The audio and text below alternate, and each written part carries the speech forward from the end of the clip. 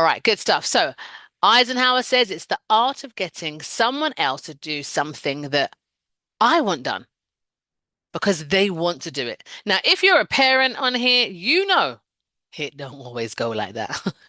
How many times have you wanted your little people, who may now be big people, depending on where you are in the parenting journey, but when they were little people and you had the ability, the rights to tell them what to do, and it just wasn't going down like that. You wanted them to do it, and they didn't. And then it ended up with a battle of the wills. And then you had to flex your parental muscles and be like, because I said so. Or if you don't, then. And so this is why I think Eisenhower's definition really strikes a chord for me because he calls leadership an art, not a science. As you will probably know from science, science is A plus B equals C. You do this, you do that, you get this. It's fixed.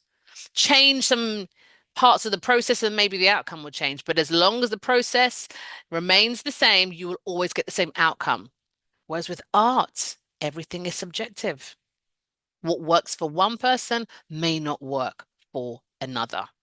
And so we kind of therefore need to unpack this a bit more. One of the things I want you all to consider who are on the line with me today is what an effective leader is like. So this is where we get a little bit interactive. So I want you to pop into the chat function for me, please. What kind of attributes, what kind of skills, what kind of qualities do you think a leader has? What's a leader like? An effective leader. Pop that into the chat for me.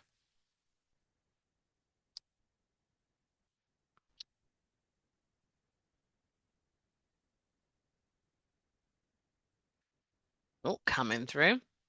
All right, so a leader is someone who listens, they're diplomatic, inspirational, empathetic. Oh, very good, very good. Love it. Any more? Any more thoughts on what an effective leader is like? What kind of qualities they have? What attributes? Oh, admit when you're making mistakes. So there's someone who takes responsibility. I love it. Good. They give clear instructions. Excellent. Thank you so much for bringing these through. And so, yes, you're spot on. Considerate, communicates well. Brilliant. Brilliant. Thank you. Thank you so much for your contributions there. And I would agree.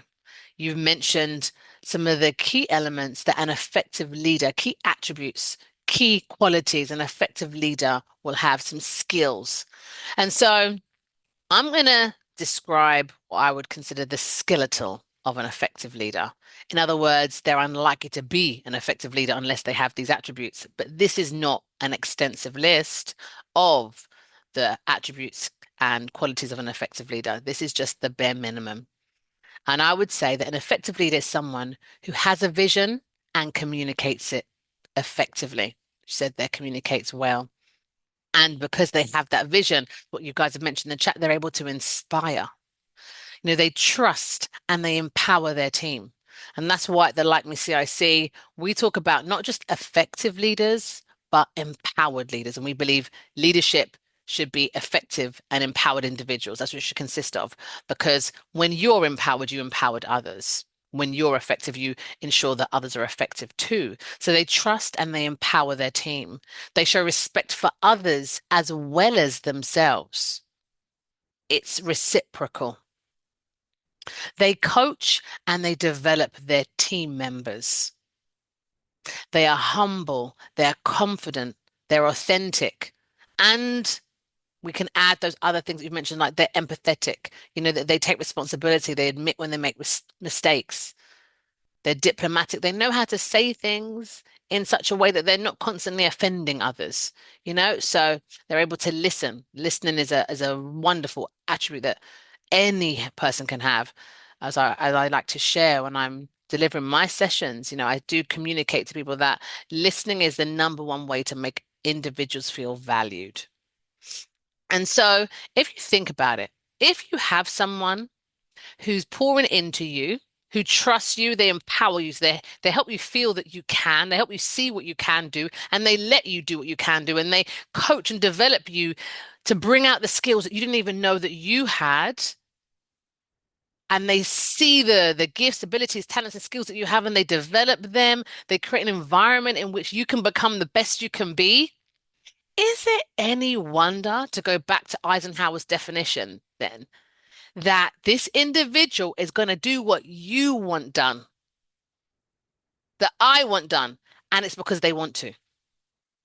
Because think back to when you've had a really great manager, a manager who's not only a manager, but is also a leader, and they have done that for you. When they're like, oh, I really need someone to step in here. Are you not that person that said, you know, I'll do it? Because you know the difference that they've made to their life. And so this is what an effective leader is like. And when we're thinking about asking that question, am I leadership material? We're going to stack ourselves up against this kind of list and be fair. Don't be harsh. Just be fair to yourself. See where you have that, yeah, I can do that. I'm good at that. I think I could improve. Or do you know what? I ain't got that one. I need to develop that big time. Just be honest and be fair with yourself. And then you can identify where the work begins and then get to work. Because am I leadership material? It is a question, and depending on how you answer it will determine whether you really are or not. And I'm going to show you why in a little bit.